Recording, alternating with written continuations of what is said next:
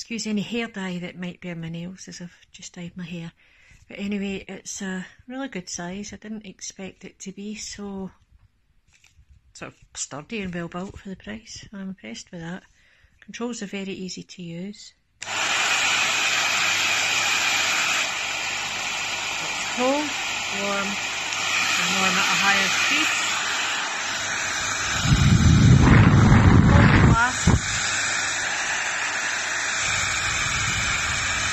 There. Good quality cable.